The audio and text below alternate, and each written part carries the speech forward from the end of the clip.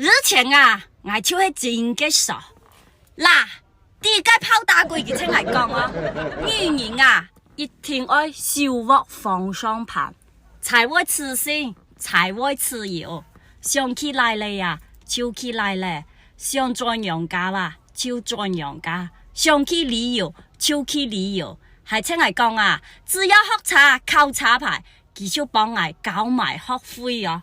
我當時去學茶啊，唔知幾開心。哦呵！自從有家事證以後啊，每日熬我開茶，得工人偵茶人開工，唔係就熬我開茶去送貨，啲家落水搭地啊，都唔放過我啊！熬我送佢出門吃飯、研究、做司機，啱未？自從考到茶牌啊，我就冇自信過，我就冇自由過，我想起來咧都起唔到，考茶牌。靠茶牌，靠再冇茶牌。哎呦我的媽！